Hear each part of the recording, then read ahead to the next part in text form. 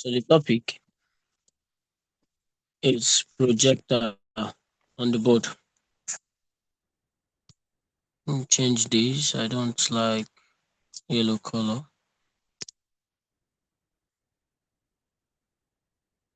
And use the black projector.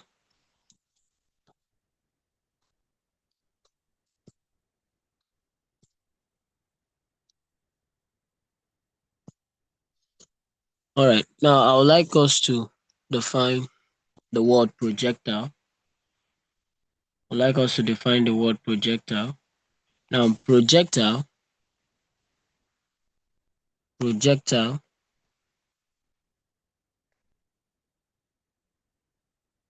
is an object thrown or launched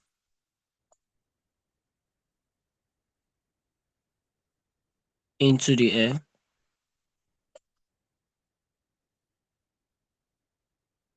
and allowed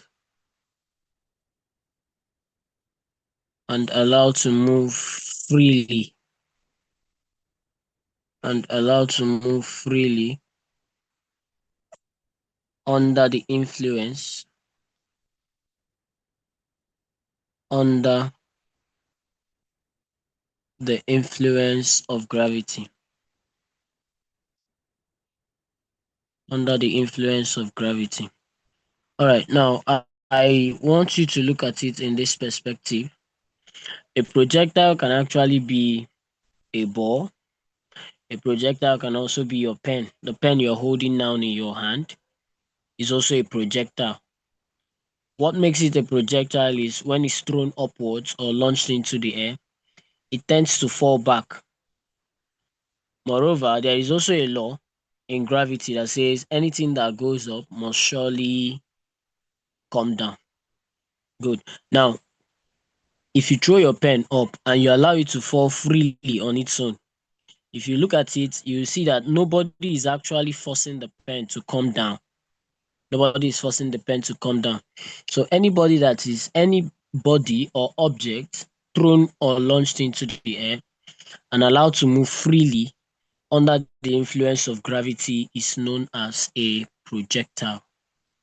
Okay, so now I'm going to be sharing my slide.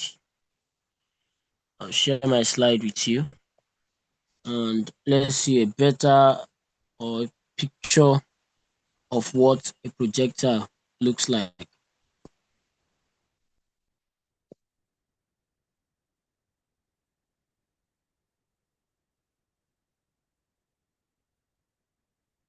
So for projectile,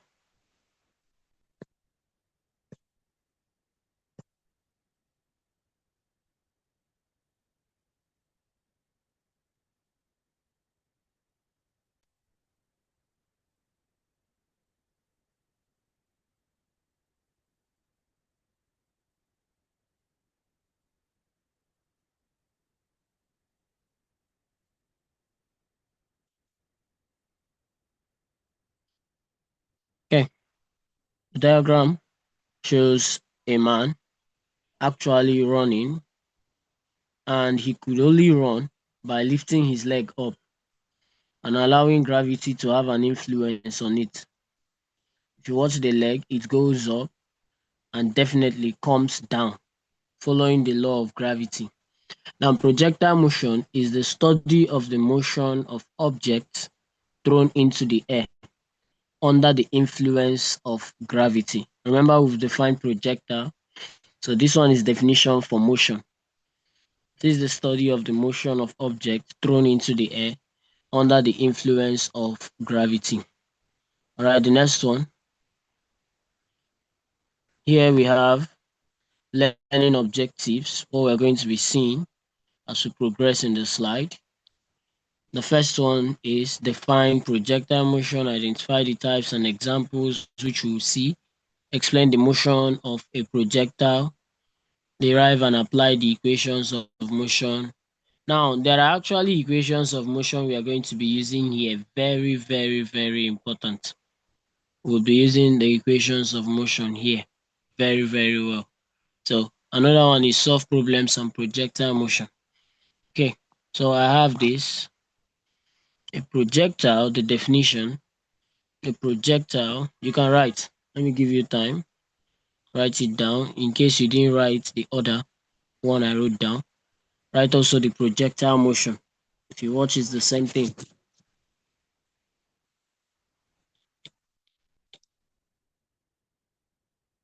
A projectile is an object thrown or projected into the air and allowed to move under the influence of gravity only.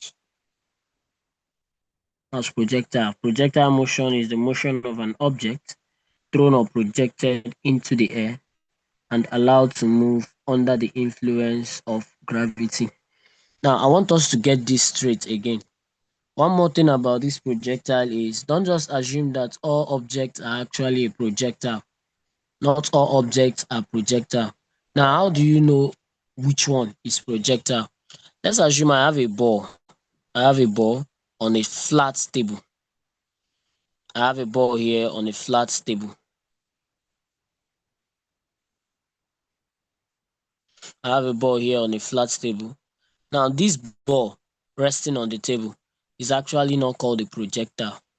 It should be called a projectile when a boy, let me use this as the boy, when a boy throws this ball, he throws the ball up into the air, and definitely the ball comes to land at another point. So that time when it is still up in the air, we can now call it projectile. All these points, 1, 2, 3, 4, and 5, are when they are now called projectile. But when it is resting on a particular place, you don't just call it projectile. It's an object that is being thrown or projected into the air. They didn't say that will be projected. They said thrown or projected into the air and allowed to move under the influence of gravity. Okay, let's see the next slide. We have types of projectile motion. The first one is projectile motion can be considered under three headings as follows. The first one is motion of an object thrown vertically into the air. Now, this one is actually just the explanation I gave about a boy throwing an object vertically. That one will come from a boy throwing a body vertically upwards into the air. We have to be like this. Let me open my writing material. We have this. This is a boy. Now he throwing a ball up. And he got to this place. Is actually the first one we're talking about. Motion of an object thrown vertically into the air. Now, why do we say it's already treated? Because it would not be that required in the topic projectile. You should have done that when you should do that when you treated equations of motion in school. There are three equations of motion we have, which I would like us to list it out, no doubt. Let's list it. The first one is V equal to U plus AT. That's the first one. The second one is S equal to UT plus half AT square. And the third one being A V squared is equal to U squared plus motion. But when you're talking about motion of body thrown vertically upwards, I want to ask a question, which I would like someone to answer me. In school, they did something of plus or minus. I don't know how many of you can still remember. And the letter A was changed to G. That's in their equations. But when a body is thrown vertically upwards. So I want to ask, in the equations, For body thrown vertically upwards, what do I need to use? Is it plus or minus when a body is thrown vertically upwards into the air?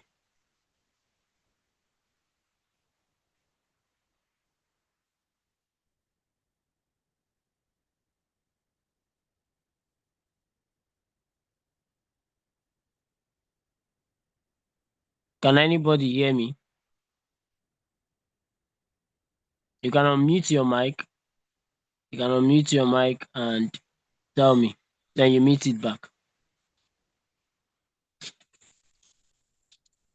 Yes. Okay, so I'm asking, is it going to be plus or minus or vertically thrown into the air?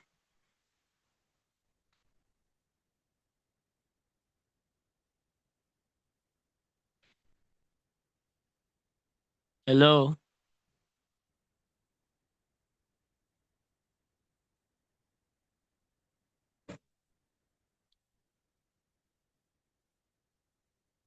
Okay, let me assume. The correct one is actually going to be V equal to when a body is thrown upwards. Mind you, there is difference between body thrown upwards and body thrown downwards. Now, if it's for body upwards, what is going to be is V is equal to U minus GT. Why are we using minus? We are using minus because throwing a body upward is actually going against the law of gravity. So when something is going against the law of gravity, we make use of minus instead of the plus, thereby making the second one to also be S equal to UT minus half GT square. Now all the A are changed to G because of a reason. Now G has to do with gravity. No more just the normal acceleration that you know. This one has to do with gravity. Number three, leaving us with V square equal to U squared minus 2G. 2G, okay, I think this time around, the S are meant to be changed to H. Yes, in some places the S are meant to be changed to H, so this also should be a H. This also should be a H. So why is there H? The height it covers from the point of projection up to the maximum height of throwing your object. That is why we call it H. So we have these three equations, but this one is for upwards. Can someone tell me which one will be for downwards? I think, if I'm not mistaken, we're going to be using plus for downwards, right? Okay. So we're going to be using plus for downwards when you're dealing with downwards. So let's go back to what we have. Like I said, this has already been treated in school. We have number two, motion of an object projected horizontally from a certain height. Motion of an object projected horizontally from a certain height. We're going to see that one real quick. The third one is motion of an object projected into the air at an angle of inclination to the horizontal or vertical. Now, before we go over to those three subheadings, or the two, is two now, because one has been treated in school. The two subheadings, we have the first one. First thing, examples of projectiles. We have examples of projectiles. So I want us to write it down. There are six here. You can also see the diagrams of some of them. This one is this one is a bomb dropped from an aircraft. Yeah, a bomb dropped from an aircraft. That's this one. While this one is an athlete doing high jump. An athlete doing high jump. An athlete doing high jump. That's for that.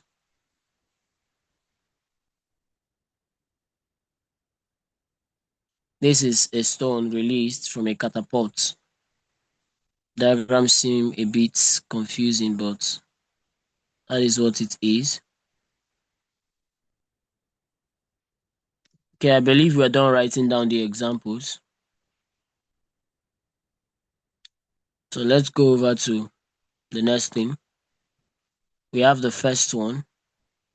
It says motion of an object projected horizontally from a height. Oh, I think this is cutting out. It cuts something. So I don't mind repeating the diagram. I don't mind repeating the diagram. So here we have this. I don't know this had to cut.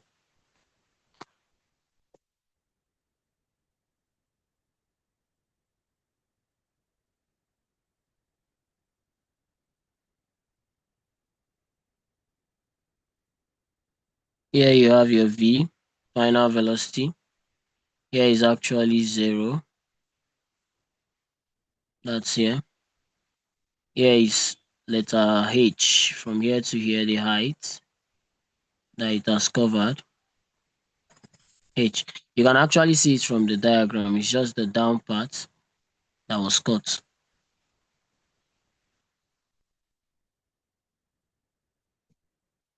Here, the down part. Here is going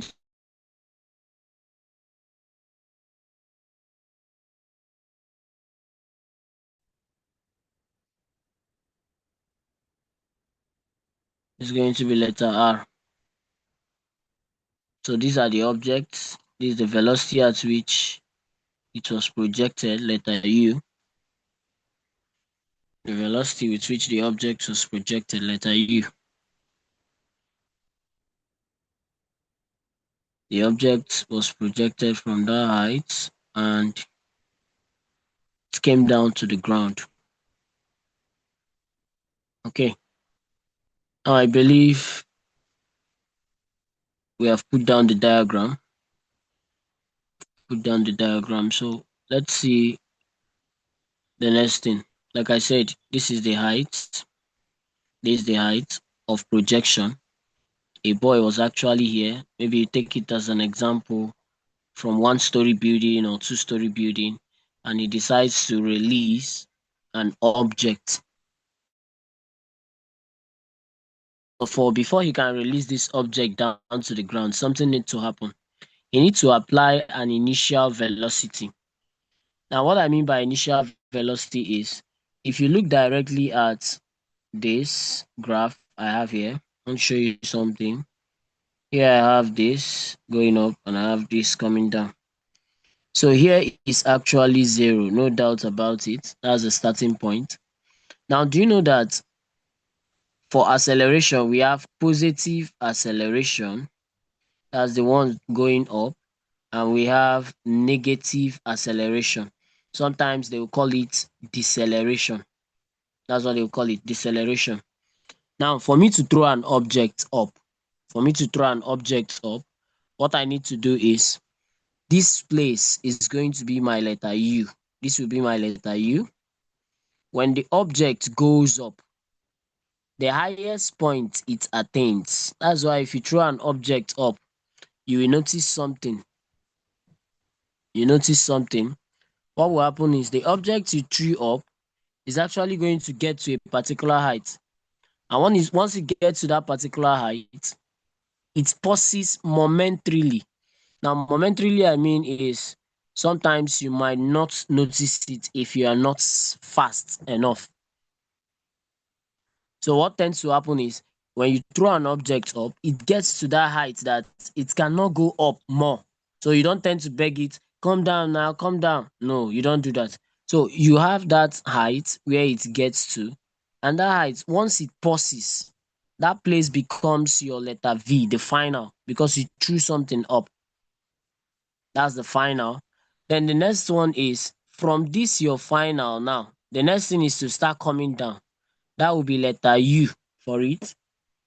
While when it comes down here, what you have is letter V. You have letter V. When it started to come down, it was U. From that momentarily resting point, it was U. And when it landed to the ground, it became V. If you notice something from this graph, you notice they are opposite each other. That's why we have the positive A and negative A. U started, V ended on this side. Look at what I'm saying. U started on this side and V ended. U started this side and V what? Ended. So if you watch their two positions, they are just like opposite of each other. That's why we have positive A and the negative A. Okay, so now move over to the next slide. So I have this. We have U is equal to initial velocity. I want us to write it under the diagram. If you look at the diagram here, you see a man on top of a hill throwing an object from that point down to the ground. So the object is going to take that same path with which we just saw in the diagram. This is going to take the same path. Okay, so let's put this down. Letter U is initial velocity with which the object was projected horizontally.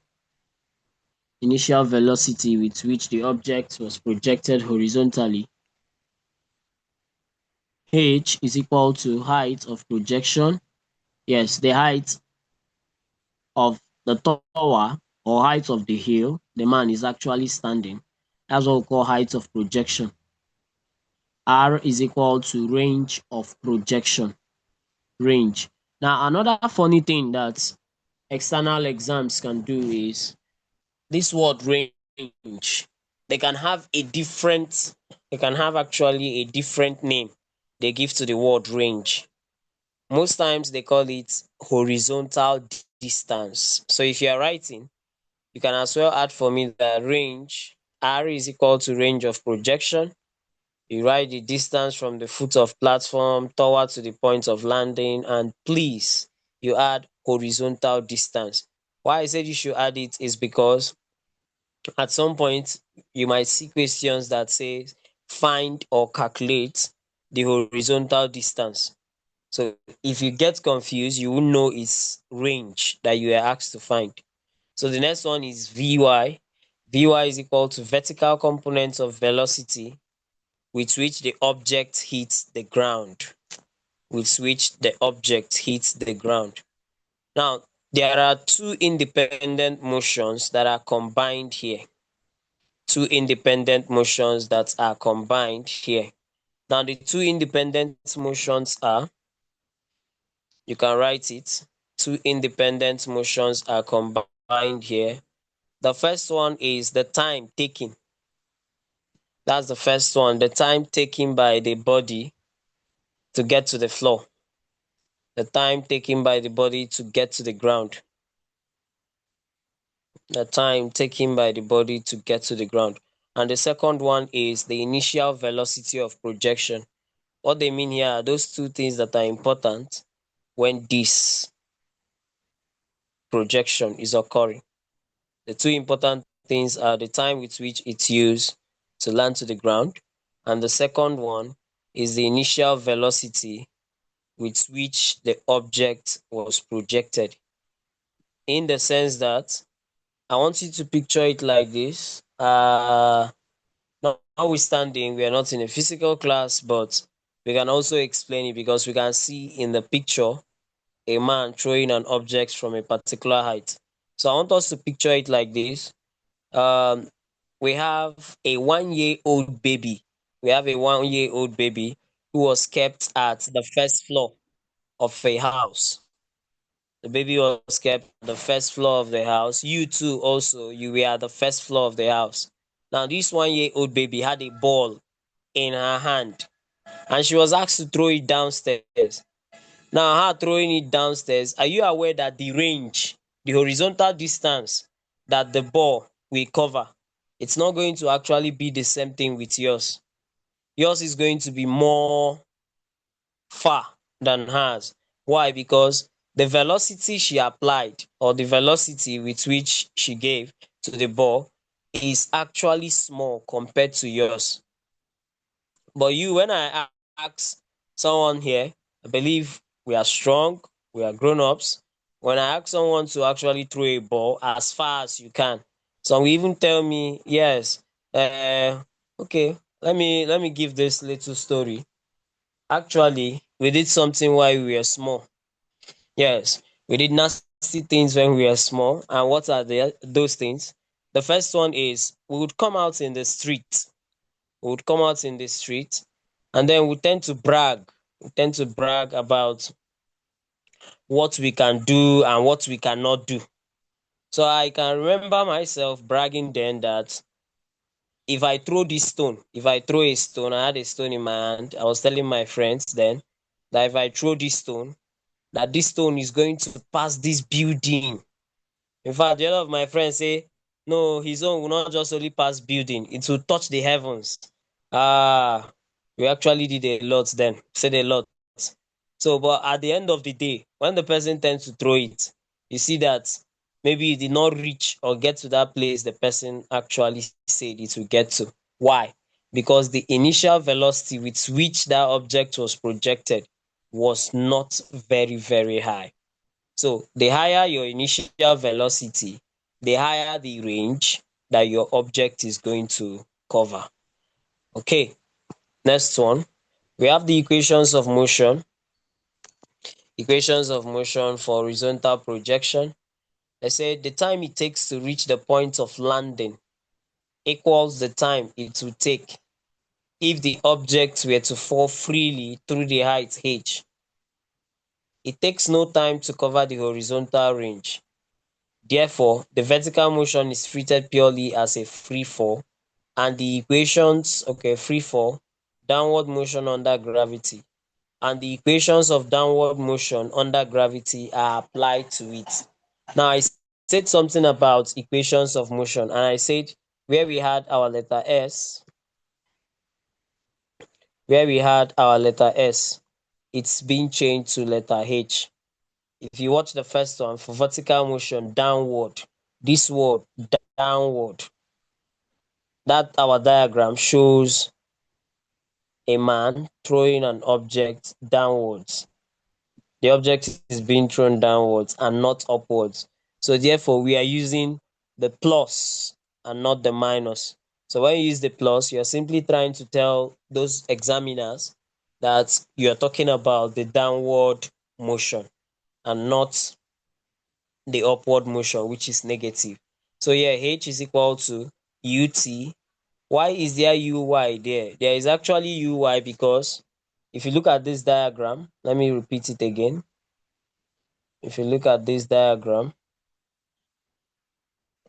this, we had our letter U. Now, if you watch the direction this U is going, we have in mathematics what we call axis when plotting a graph. We have the plus Y axis, and if you go down more, you have the minus Y axis. Here is the positive X axis. Yes, here is the positive x-axis. So now, uy, if you watch, there is no way uy is related to u. It's no way related to it at all. So I can deliberately say that this u can also be called ux instead of uy because of the direction of where it's going to. It's pointing towards the positive x-axis. So I'll use it as ux. But here we are trying to find the height. For you to find height, you must make sure you use y-axis. That's why it's straight like this. When you want to find height of something, is the y-axis you're focusing on. So they wanted to find height. That is why they had to use uyt plus half gt square. That is them trying to find the height. Okay, let's see the next one. Now here, they said, but uy is equal to 0. Like I said in my diagram. In my diagram, I said this uy, this is the height. No doubt about it. Sorry, let me move a little bit. I have this.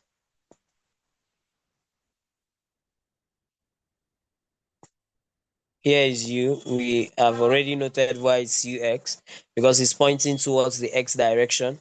From here to here is the height of projection, h. Now, if you're looking for height, actually, definitely you should be focusing on the uy the velocity at which an object can be used to throw for sorry, the velocity with which an object can be thrown upwards. But if you look at this, we are not discussing about throwing an object upwards or vertically upwards. We are discussing about throwing an object down from a particular height, which I'm going to be focusing on UX and not UI. So if you look at the equations, you will see that they said UI is equal to 0 for horizontal projection. So H is equal to half GT square. Vy is also equal to GT. The reason being, from this equation, Vy is equal to UI plus GT. But we've said UI will be equal to 0. So we now are left with Vy is equal to GT. That's what we're left with. Where it came about. Where it came about. You know where it came about? Where we had V square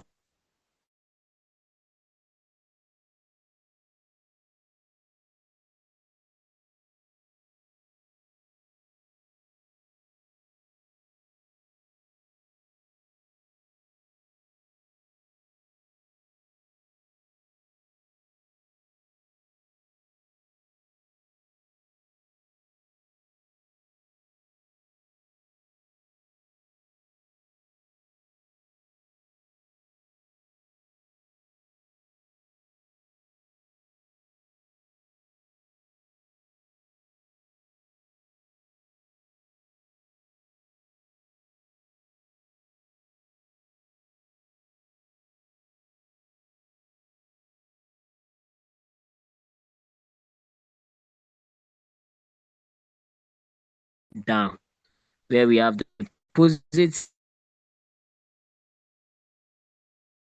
and negative acceleration. According to get from here down to this point with acceleration. No,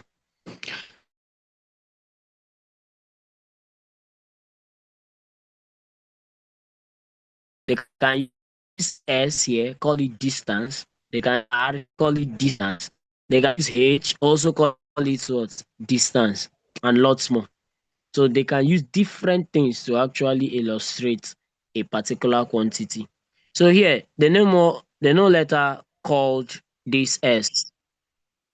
They did not later call it S. What they now called it is R. But let me write the former one. We know that S is equal to UT. Am I right? UT plus half, coming from our second equation of motion, half AT square. That's how it looks like. So this time around, our S is no more letter S. We'll be changing it to R. So R is equal to UT plus half AT square. Now, because we already said that A is equal to 0 here, we already said that A is equal to 0. So when you Hello, impute hello. 0, hello?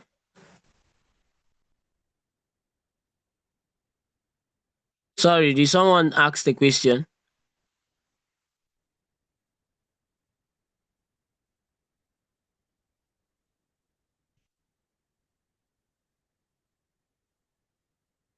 Hello? Okay. So when I impute the A into 0, this A as 0, so this entirely, half times 0 will give you 0. 0 times T2, T raised to power 2 will give you 0. So you're left with finally R equal to UT. You're left with R equal to UT. That is exactly where this formula is coming from. R equal to UT. Now, secondly, I want us to see how is it they gave us R is equal to UT. Hello, hello. Yes, no doubt. Hello?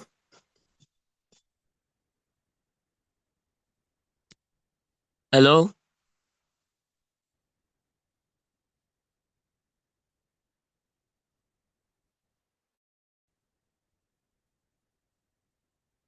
Hello?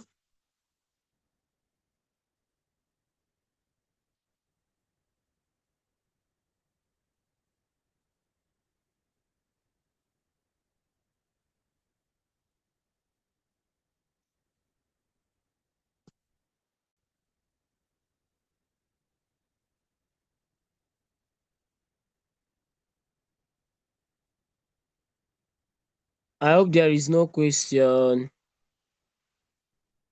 'Cause I feel like someone do ask a question or say something and then zooms off.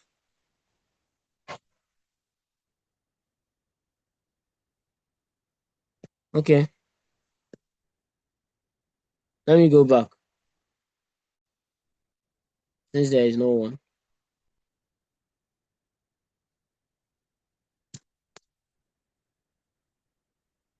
So we are on this.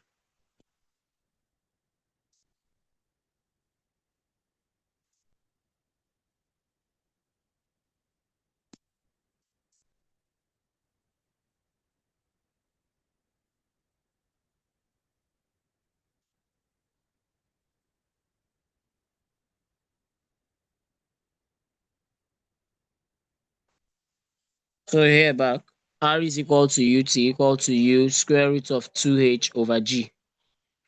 Now, if you remember the equation we gave earlier on, we gave this, and that was H is equal to half GT square, where we said UI is equal to 0, and we got this, H is equal to half GT square. So if you try to make T square subject of your formula, T square is equal to, or before that, let's actually cross multiply. So when you cross multiply, let me write it well. It should be like this. H is equal to 1 over 2 GT square. So when you cross multiply, you would be having 2H is equal to GT square. When you divide both sides by G, divide here 2 by G. G will take care of G. So we are left with T square is equal to 2H over G. To find your T, you need to square root both sides. You need to square root both sides. So square will take care of square root. So we are left with T equal to square root of 2H over G. That is where, so anywhere they saw T, this T here, they now had to replace it with square root of 2H over G. That's what they did. Okay. You know what the letters stand for? The R, the U, the T, and rest of them. The T stands for actually time. That's what it stands for. Okay. So the next one, we have an example which I would like us to solve. I had to cut out the calculation. I would like us to see it together. So if you have your book, yeah, you should quickly copy out the question so we can actually use it to solve. I'll give you a minute or two to copy out the question.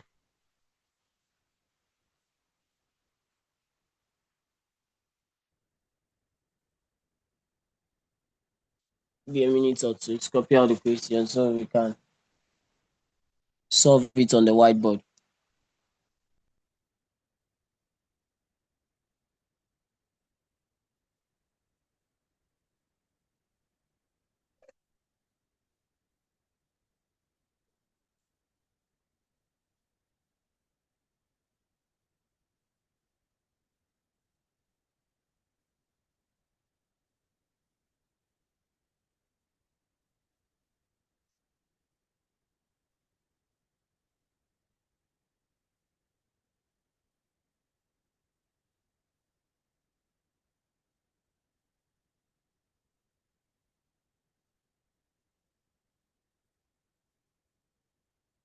All right. Now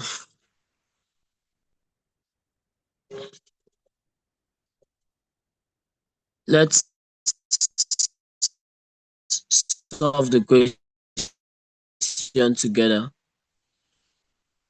Before then, a body is projected horizontally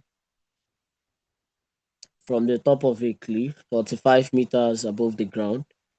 Now, if you read very well, you will know that 45 meters above the ground should be for what? Is it going to be the height or the range?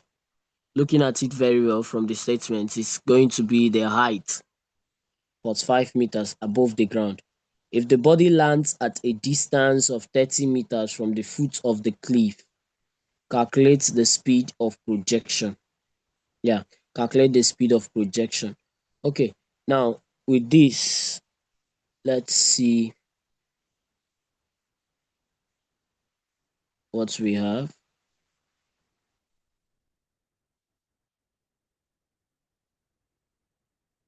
Please, I have like up to 7 students in the group. So as I'm solving, if you don't understand or you're lost, you can easily draw my attention back. Then I'm going to repeat it. So the whiteboard.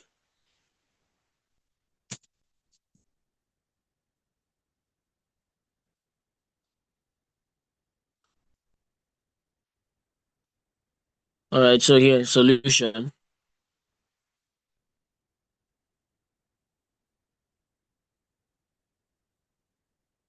Solution. Now I know that my height is actually, hey, I can't remember. Can anybody tell me what the height would be? 45. 45, very good. 45 meters. And what was the range? Eh, 30, 30 very good. meters. Okay. So now we are asked to find something. And what they asked us to find from the question is the speed of what? The speed of projection. The speed of projection. Now, actually, the speed of projection should be from the formula R equal to UT. So this U is what I want to make subject of the formula. It's what they asked me to find. But if I look at the question, you notice something. When I put R as 30 and write equal to U, I don't know the value of U, so I still repeat it as U times. If you look at the question very well, you see that we are not giving time in the question. So if I write this, definitely there are two things I'm going to be looking for. So I can't use this formula now. I'm not going to use this formula now. What I'll do is I'll go to on another side of my book and make use of the second formula I gave, which is H is equal to 1 over 2 GT square. Let's see if you can use this. So my H is actually 45. I'll put 45 equal to 1 over 2 times your G is always 10. Am I right? Times your T square. So with this, 2 can actually go. 2 divide itself, 1, 2 in 10, that's going to be 5. So I'm left with 5T square. Let me write it here. 5T square is equal to 45. For me to get my T square, I just have to divide both sides by 5. Divide by 5. 5 will take care of 5. So I'm left with T square. T square is equal to 9. So I have to square root both. I'm left with T equal to 3 seconds. 3 seconds. But is that my final answer? No. I was asked to find something. Now I return back to this. Formula I have here. R equal to UT. So I'll replace it now. I know my T now. my t is actually 3 seconds. So I'll replace it and I'll divide both sides by 3. Divide here too by 3. Please, when you are writing, this is how you should write it. Write this first. Let this be the first one to write. And then this r equal to ut. Then you find divide both side by 3. So we have u is equal to 30 divided by 3. That's going to give us 10 meter per second. And that becomes your final answer. Looking at the options, you see it's option, I think that should be option A. Yes, option A is the correct answer to that question. You can unmute your mic and let me know if there is.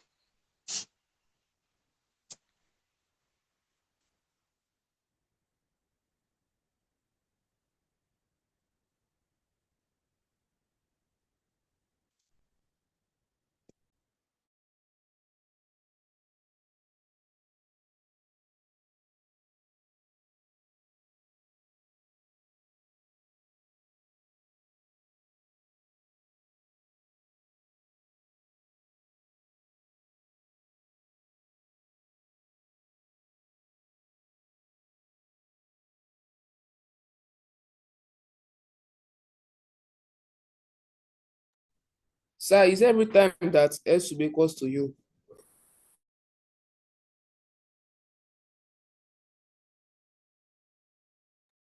Yes, you said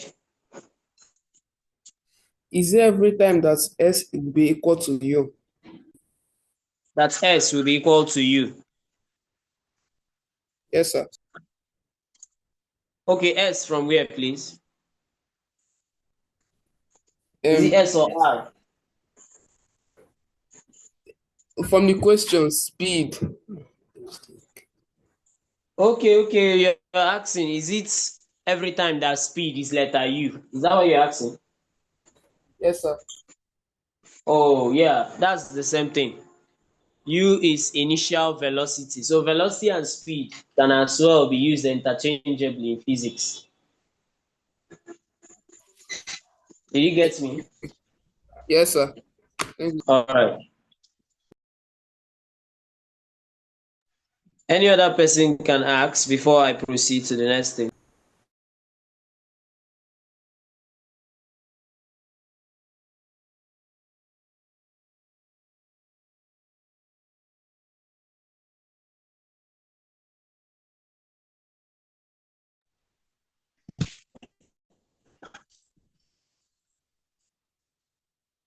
Okay. Seems there is no other person. We'll return back to our slide. We'll return back to the slide.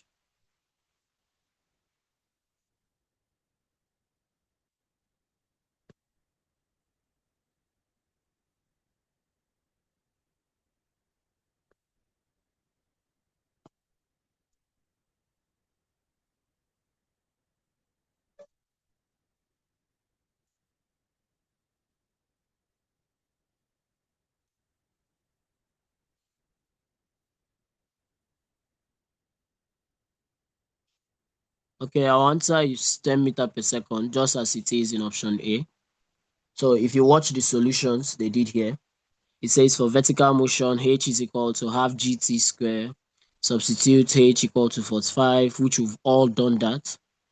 So the next one is for horizontal motion. This is where they now had to solve that r is equal to 30, you know that, and then divide it by 3, you get your answer. Okay. Now the next slide is motion thrown vertically upwards. I've explained this. That was the first heading. If you watch, that's why letter A is there. Motion thrown vertically upwards. I think they just wanted us to see the picture of how an object can be thrown vertically upwards by a human being.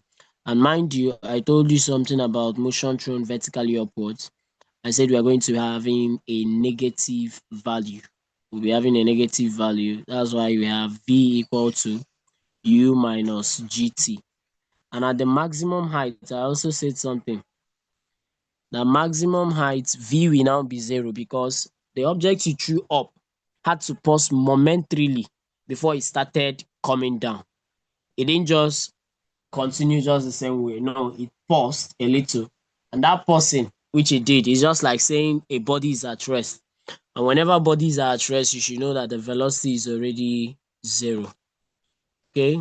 Next one is the C. Let's see the third one.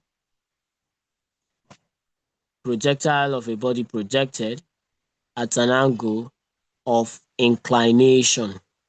I have an issue here in my diagram. Projected at an angle of inclination. So let me repeat the diagram. I'll go to the Zoom whiteboard and I'll give a proper and clear diagram on this. So let's go.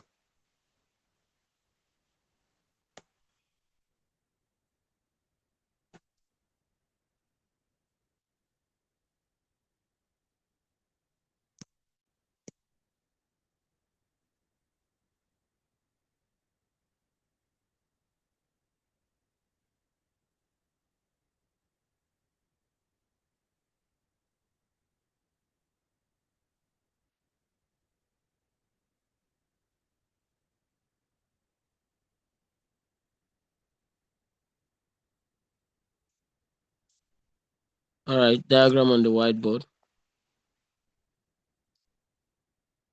So we have this.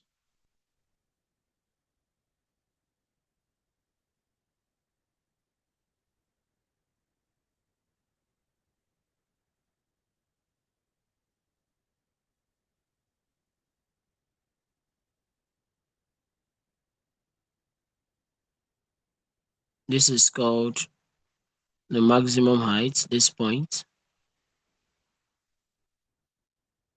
capital letter H. That is the point at which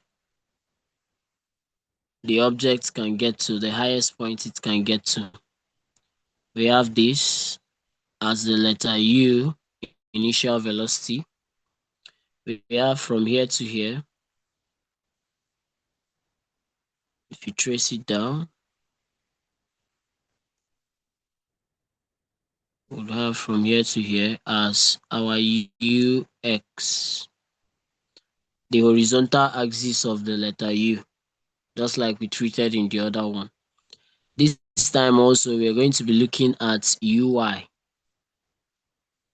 because we have both the y-axis and x-axis involved. So from here to here is going to be the vertical component. Sorry.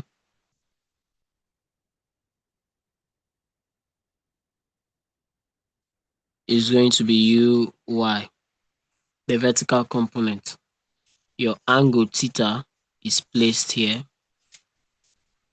Your angle theta is placed.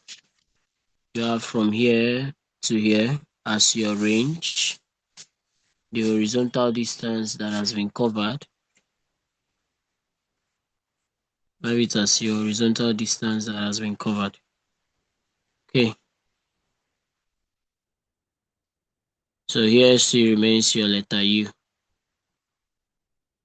All right. Now I want to explain something. Now specifically, we are going to be looking at two velocities, two components of velocities, where we have the vertical component. We have the vertical component, and we have the horizontal component. So I want us to actively participate, so I'll be sure we get what I'm saying. Now, if you look at this very well, you see the theta. The theta is actually facing a particular side. It's just like bringing this out and it looks like a right angled triangle. Here is your UX. I hope you know here will also be UY. Here will be UY. Here also will be UY. Yes, don't get it wrong. Why? opposite sides are what? Equal. Now, if opposite sides are equal, I'm taking this theta. It looks as if I had to carve it out. I have to carve it out on a different space. Now, it was said that wherever your angle is facing is called opposite. Wherever your angle is facing is opposite. This UX will be called the adjacent part, while my letter U will be called the hypotenuse. That will be my letter U. Now, if you want to do for vertical, you should know that vertical means y-axis. Y-axis, that's vertical. While horizontal has to do with x-axis. Yes. So now, if we want to do for the vertical, now there are two things you must look out for. You must look out for that vertical, the one carrying the y, which is uy here as our opposite. This uy, which is our opposite. Now, opposite and hypotenuse is what adjacent, because I'm not dealing with horizontal yet. So I deal with uy and the u. So opposite hypotenuse, if you watch it from the acronym, we have SOHCAHTOA. So what we are going to be using is, we're going to be using SO, which is sine, because of opposite and hypotenuse. Now, when you write it, you have sine theta is equal to, opposite is your uy over your letter u. When you cross multiply, you would have uy is equal to u sine theta. Uy is equal to u sine theta. This is what we call the vertical component of the velocity, the vertical component. We also have the horizontal, which I don't really know if you are used to the zoom. I want to clean a space. I don't see possibility of that. But if someone can just tell me what you think horizontal axis, the UX, what is going to be? UX, just tell me, instead of writing it on the board, and maybe you press UX something that, UX will yes, be equal to U cos theta. that's very good. Uh, have you been the one talking all throughout? Yes, sir. Hello? Oh, I thought I would have heard another different voice.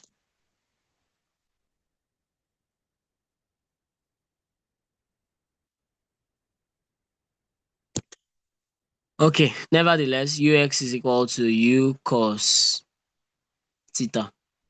Now we are using cos theta because I'm dealing with the adjacent this time around. I'm dealing with adjacent and no more the opposite. So here, adjacent and hypotenuse. Adjacent and hypotenuse is going to be car. I'll be using car. So cos theta is equal to adjacent over hypotenuse. When you cross multiply, you have all this. I will rule them. This this one is for horizontal component. That's the horizontal component. This. While the vertical component is this one. That's the vertical component of the velocity.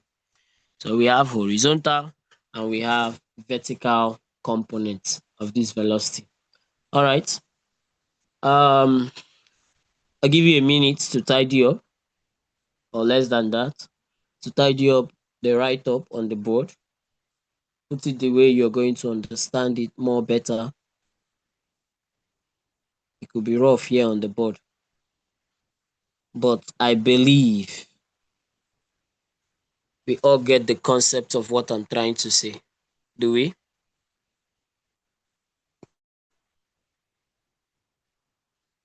Okay, Carlo is actually trying to write something. I don't know. Please, I think so you don't make mistakes and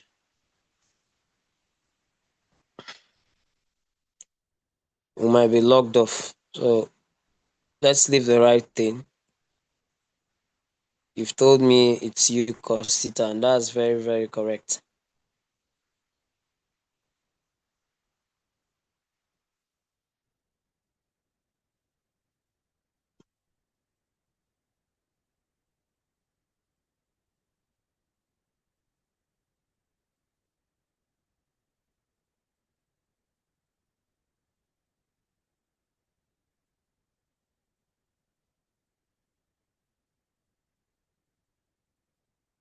Okay, all right. Now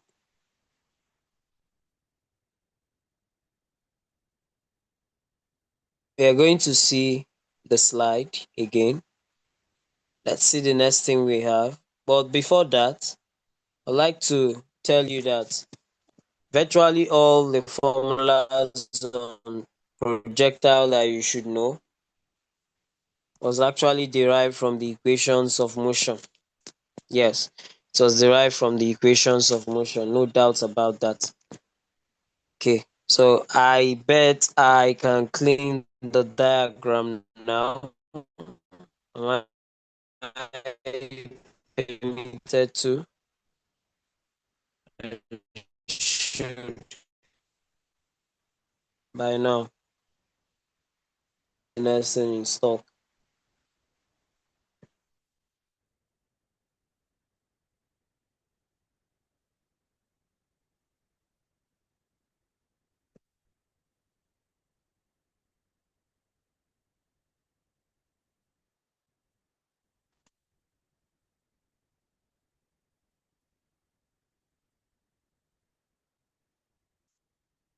Okay. So here they say definitions. O is equal to point of projection. That's a zero. U is initial velocity. We know about that.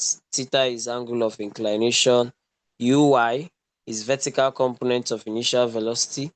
Ux is horizontal component of initial velocity, which we did. H is maximum height reached by that projectile before falling to the ground. Okay. So as you can see, components of initial velocity, I had an issue here. Components of initial velocity, ux is equal to u cos theta. That's the ux. Therefore, the uy is now going to be u sine theta, which we talked about it and how it was gotten, not someone telling us. We had to see it how it was gotten. Okay. Now I think uh, I would have the board this time around derived. Derived. Okay. So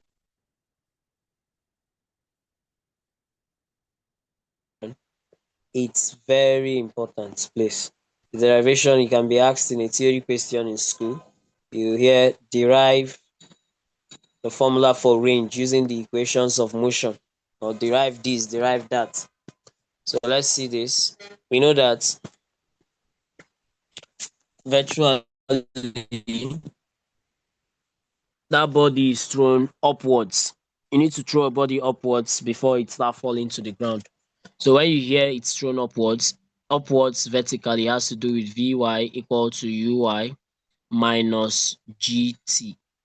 Yes, minus because you're throwing the body upwards and then later it gets to fall to the ground later. Okay, so Vy, now we said something that Vy, you should take notes, Vy at the highest point is 0. Yes, Vy is actually 0 at the highest point. So anywhere I see Vy this time around, I'm going to be placing 0 there. So I have 0 is equal to Uy minus Gt. Now when you try to collect like terms, you'll be having tell the minus Gt to cross over. Tell the minus Gt to cross over to the other side. It's going to be positive Gt is equal to Uy. Now with this, I want to find the time taken, letter T. That's the first formula I want to start with. So I'll have to divide both sides by G, divide here too by G. Now, but don't forget, recall that Uy is equal to, when we found it, the vertical component. Who can tell me what's still going to be? Don't look at your book. Oh, if you look at your book, Apollo is real. So what will be Uy?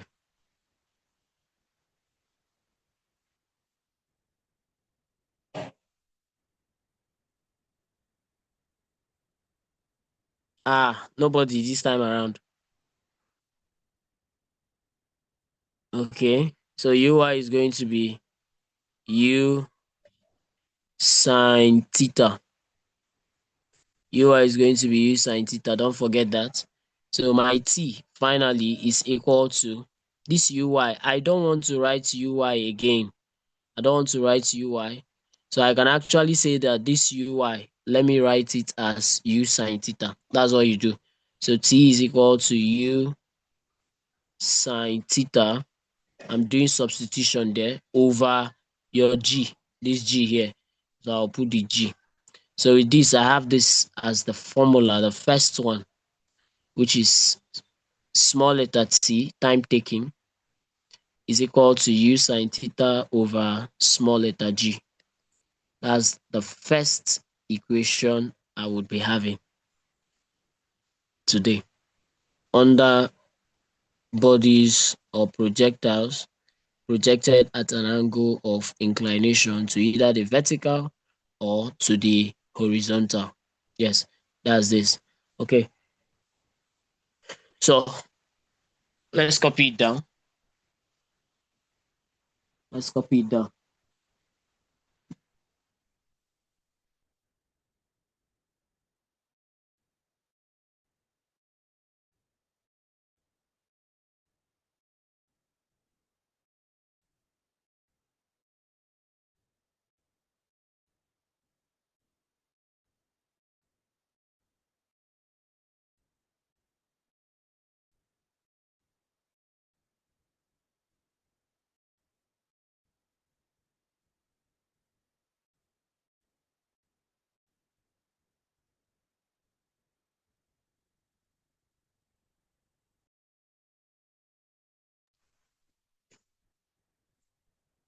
All right, having put that down, let's forge ahead. I'll take the second formula. Now, the second formula is actually self-explanatory. From my diagram, I had this. So the time t to reach maximum height is, this is your maximum height. This is the time t. Here will also be t. Now, one special thing about this is the time it takes to go up to that maximum height is the same time it's going to take to actually get to the point of landing. What I mean is this: the time it takes this object to get to this point is the time it will also take this object from this point to actually get to the bottom or to the ground. So we have what we call total time of flight, meaning from here to here, we had capital letter T, and it's called total time of flight. Now, I have the formula. I can say that total time of flight, capital letter T, is equal to 2T. Capital letter T is equal to 2T. So remember, don't forget, we just found value for T and we say T was equal to U sine theta over G. Yes. So if you place it here, if you replace it, you'll be having 2 times U sine theta over G. Final formula you should be having is T is equal to 2U sine theta over G. 2U sine theta over G. That becomes the final formula you'll be having, as this is also important. Like I said, this is the second one for today. This will be important. This is the second formula for today. Total time of flight. That's what the T stands for. Let me write it down. T is equal to total time of flight. Now you must be very careful because sometimes they will not ask you find the total time of flight. I'll give you another word they can use. They can tell you find the time it takes the object from the point of projection. Look at the point of projection here. From the point of projection to the point of landing. To the point of landing. So this is another trick they can use instead of telling you calculate the total time of flight. Okay. All right. So with this, I'll take the next one. And the next one is going to be the third formula. The third formula, which will be coming from our value letter H. We'll be looking for maximum height. That maximum height we've been talking about. Let's see the formula on how to solve it. Now it's coming from the third equation of motion that you know, where we have v square is equal to u square. Now this time around, it's still going to be minus 2gh. Minus is because for you to throw an object from one point to another point, it has to go upwards and not downwards. You're throwing it upwards. So here we have Vy, we also have Uy. So mind you, if you're writing for Vy, Vy is equal to 0, like I said earlier on. So if you collect like terms, you'll be having 0 square is equal to Uy square minus 2gh. Let's find out, see to it that we make letter H subject. If you tell minus 2gh to cross over to the other side, but mind you, 0 square is what? Is 0. So if you tell minus 2gh to cross over, it's going to be 2gh.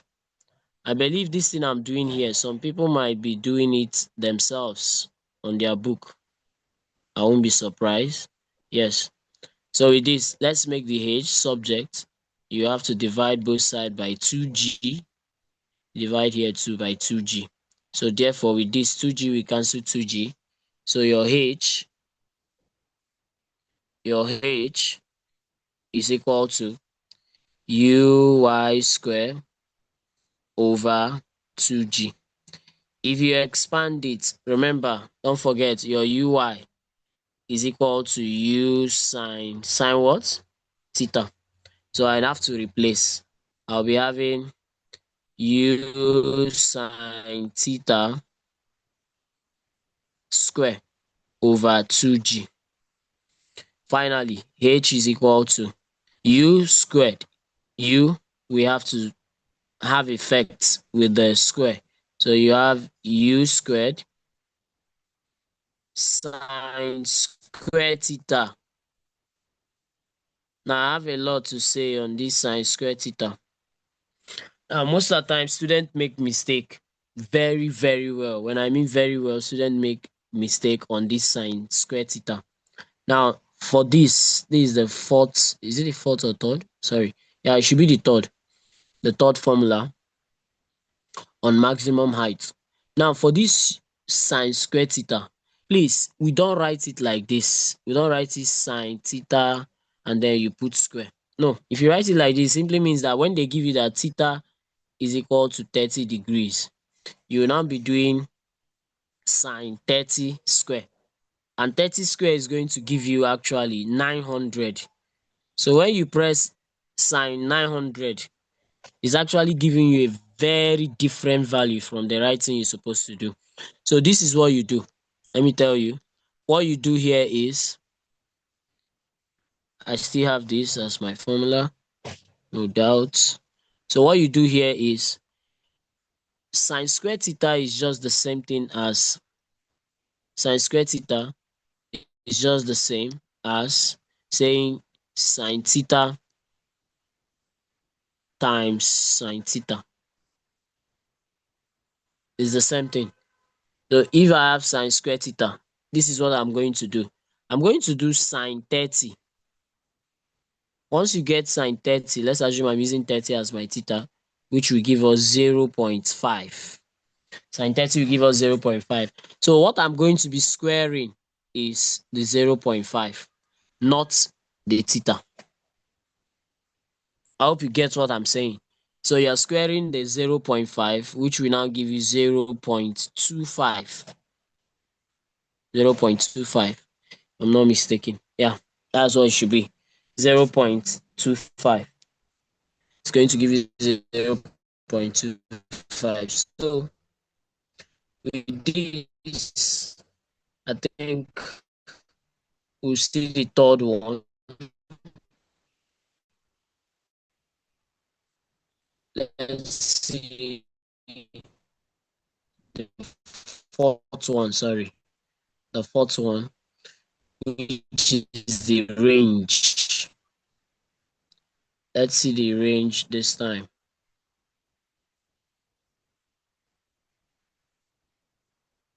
Please, if you are not done and I ask, you could talk so I don't clean it up. Okay, sir. Okay, sir. Okay. All right. So for the next one, we remember for our range, it had a formula R is equal to.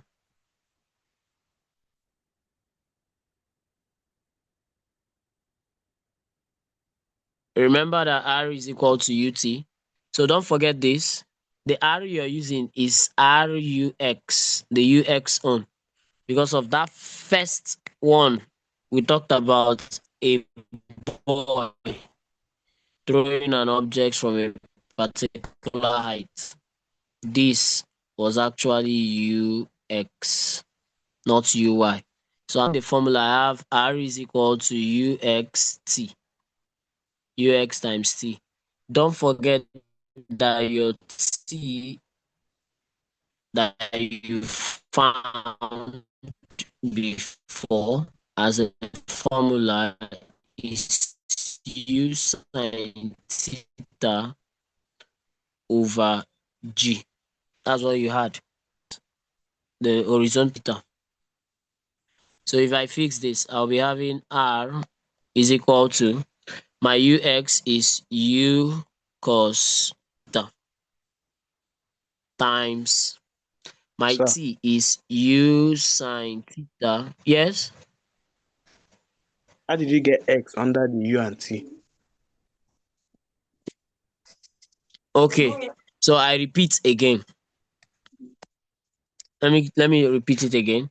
I said from my diagram, when an object is being thrown downwards, you have this initial velocity. I hope you remember this diagram. If you have been following, you have UX. Now this UX, why I called it UX is because it's going towards the positive X axis. This is positive Y.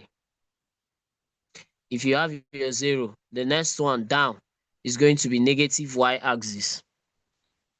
So that is why we had to call it UX. It's the horizontal component. A boy standing here don't actually have to throw an object upwards again. He's not meant to throw an object upward. If he had done that, it's called UI. That is if he threw the object upwards. But this time around, he's trying to throw this object downwards. He's trying to throw it downwards. So he will have to cover horizontal distance. This is what we mean by the horizontal distance. The direction at which it's falling is what we call the horizontal distance. The person who asked the question, I hope I've cleared your question, right? Yes, sir. Yes, sir. All right. So repeat, R is equal to UXT. They might not tell you, but I actually did. Now U is UX, sorry. We said UX is equal to U cos theta. Am I right? So we have T is equal to U sine theta over G. That's the formula we got before. So if you try to fix it, we'll be having R is equal to U cos theta. That is, I'm replacing the UX as U cos theta now, times U sine theta over G. Now let's multiply. If you multiply, you have R is equal to U times U. This U, this U times this U. That's going to be giving me, it's going to give me U squared. Am I right? Yes, Yes, sir. sir. Am I right? Yes. Okay. All right. Now, please, I think I made a mistake. I made a mistake somewhere. And what was that? This T here, this small t, I'm not supposed to be using small letter T. Let me show you the reason why. I have this. And remember, I divided this into two where I wrote small t and small t. Do you remember? Yes, sir. Yeah. We had a range. We had a range. And for you to get to the range, you don't just use only one t. You use the two of them. And two of them was capital letter T instead of small letter t. For you to cover range is the horizontal distance from the point of projection to the point of landing. So I need to use the capital T because it's a total from beginning to the end and not just beginning to the maximum height. No. So permit me, that was actually a mistake. So I'll adjust it here on the board.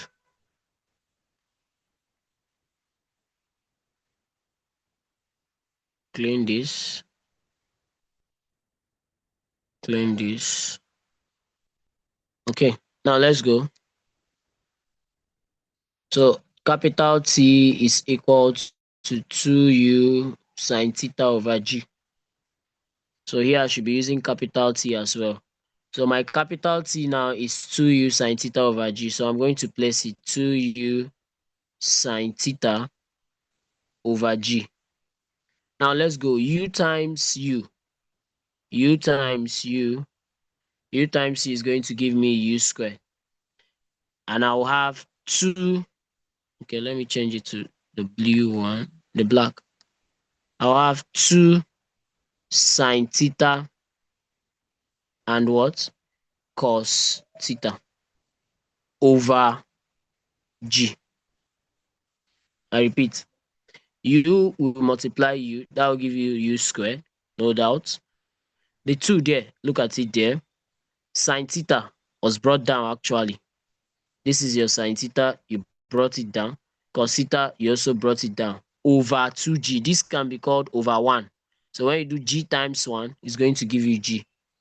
So finally, there is a rule in further mass. Actually, that's where you're going to be seeing it. Someone is trying to write. Please, can we suspend? Thank you. So yeah, there's a rule in further mass which says that 2 sine theta cos theta is the same thing as sine 2 theta.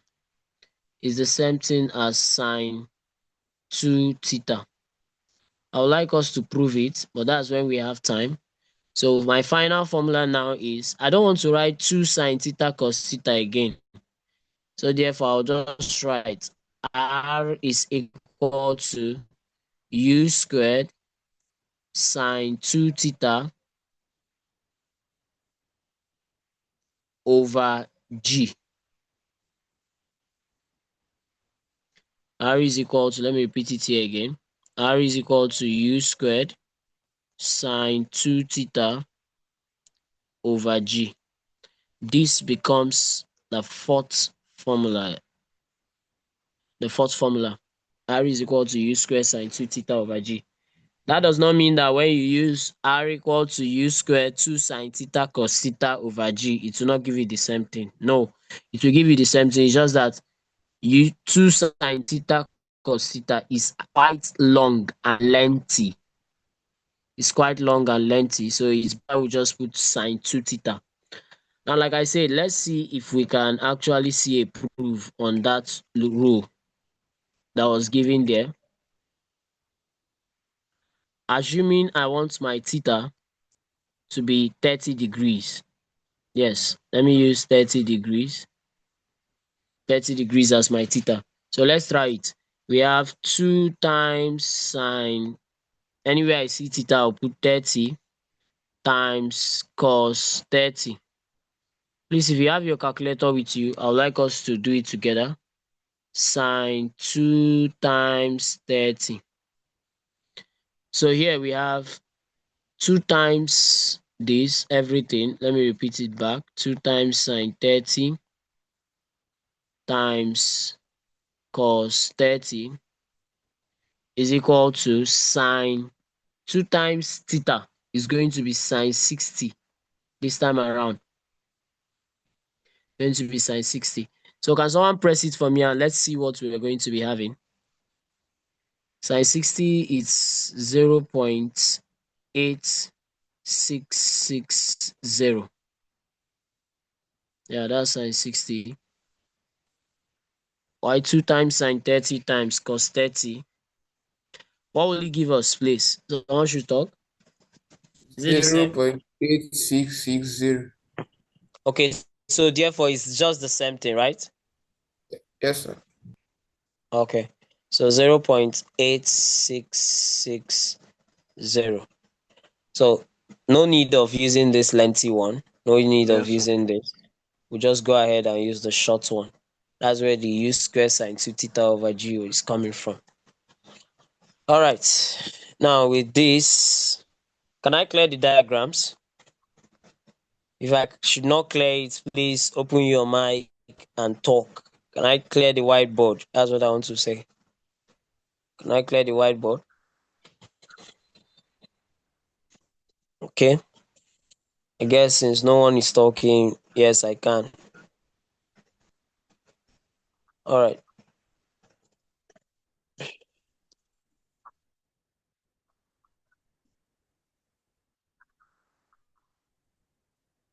So let me return back to the screen sharing.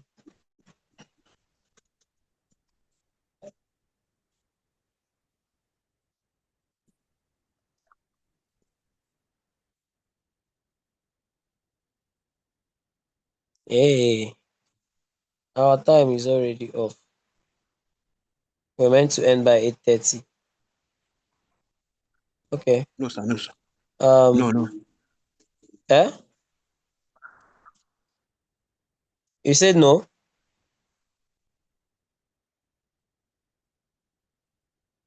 Hello.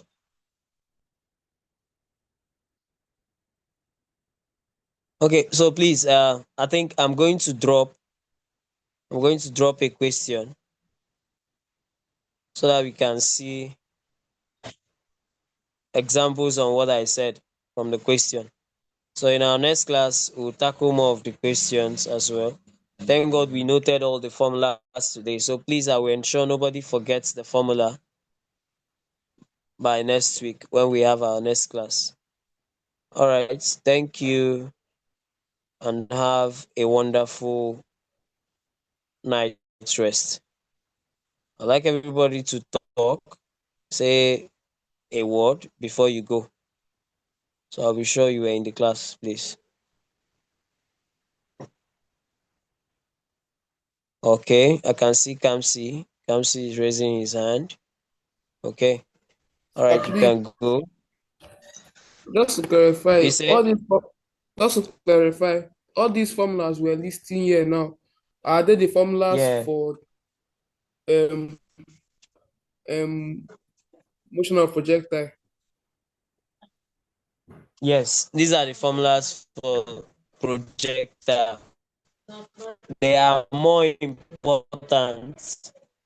They are important. Very, very important. In our next class, we'll see as many examples as we can. Is that clear? Yes, sir. All right. I can see Victory. Victory is raising her hand. Victory, you want to say something? No, sir. Okay. Well, I hope it's clear, right? Yes, sir. All right. Okay, you can go then.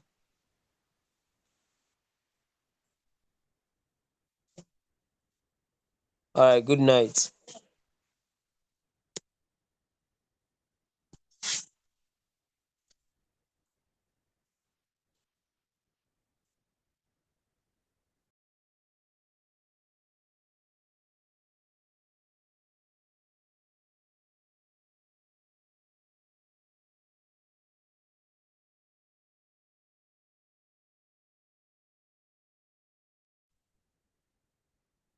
Okay, are we all in the main room now? Okay, let me.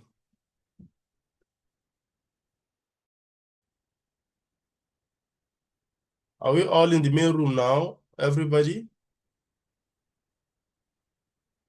Okay. I hope we had a fruitful learning today. I hope we had a fruitful learning today. And of course, we will have our tasks for this night, and everybody must accomplish their tasks. Okay? Thank you for coming. And I'm sure that this effort you are making, when they will begin to yield fruit, you'll be wondering how, when you even did all these things that's giving you all this transformation. Okay? So when we give you the task, you use your tasks to study this night. A very quick announcement that I want to make. I hope everybody is here. Let me just check to be sure. I want to be sure everybody is here and everybody can hear me. Okay, some people's network is still doing them chika chika. Okay, now on Wednesday or Thursday, I'm going to announce either Wednesday or Thursday, we are going to have a training on how to use Google Classroom for students. We are going to have a training on how to use Google Classroom. Now, what I mean by Google Classroom is not like this. So Google Classroom is where you go to collect your assignment, collect notes, collect the teacher's slide if the teacher makes it available. Google Classroom is where you go to do your quiz. I've said this before, okay? But for the benefit of those who are new, hold on, there's somebody who is new that I expect to be here. He's not here, I don't know. Okay, for the benefit of those who are new, okay, either Wednesday or Thursday, I'm going to announce it on the platform, but just know that one of these 2 days we are going to use to prepare you very well. So instead of having the class for that day, the class you have for that day is teaching you how to use the classroom effectively. So after a class like this, you don't need to be told. You just go straight to Google Classroom and download your quiz. Okay? And download your quiz. When you download your quiz or you tap on the link and do your quiz, download the teacher's material, use it to study that night. Or download the teacher's material. That's what I'll do. Download the teacher's material first. Go through it. Go through it first. Okay? Then I will now answer the teacher's exit ticket, assignment, or quiz, as the case may be. Okay? Now, when you answer all these, you are going to, if the teacher gives you multiple choice question that you just tap on the link, a quiz, you are going to see your results immediately. Okay? You are going to see your results immediately. You are going to see your performance immediately. All right? Now, when you see your performance and you are not getting 100%, you are not getting 100%, then sit down there and study that material again. Not only will you need to study the material again, you may need to come back again another day, maybe the next day. Maybe by then the video link will be ready. Okay? The video link will be ready. When the video link is ready, you just come there and watch the video for that class. I hope that is clear to everyone. So again, take note, either Wednesday or Thursday. I'm going to announce that either on Tuesday, maybe tomorrow, Tuesday. Okay, I'm going to announce it. There are some things we need to put in place before we decide the date. But just for you to know that we are going to do that. We are supposed to move to Google Classroom this week. Okay, but for some reasons, we'll be moving next week. Is that clear? So if you have any question, remember I've always told you, feel free to post it on the WhatsApp channel and your teachers will answer accordingly. So have a nice day and God bless you. Have a fruitful study this night. I wish you success in all the endeavors. So ciao, ciao. Good night, y'all.